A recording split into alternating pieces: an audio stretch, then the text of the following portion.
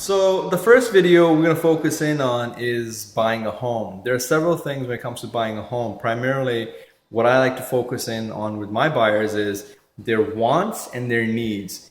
Everybody wants a big home. Everyone wants a very impressive home they can show off to friends and say, oh, yeah, this is my home.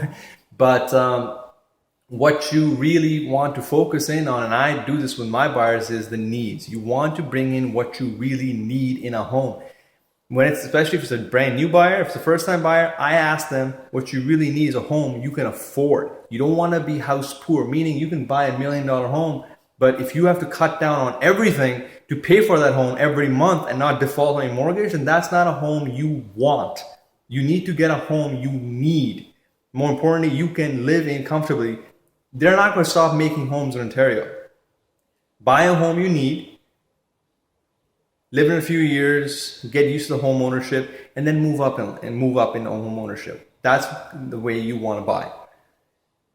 The buying process is a long process, but it can be more informative, and frankly, it can be more interesting if and when you do have a realtor with you to do just that. And that is what I do with all my buyers. I'm not interested in saying, okay, let's go out there and look at 500 homes, because the logic dictates that if you go look at 500 homes by home number 124, you're not going to remember what home 64, nor are you going to remember what house number 375 was. You're not going to remember any of them.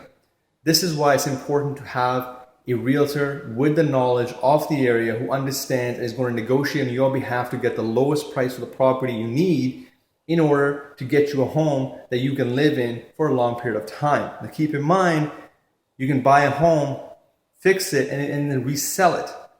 But the point is getting you the home that's important, and more important, a home you can afford. That's the key. And that's where I step in, to help you find that home and make sure you have the right home.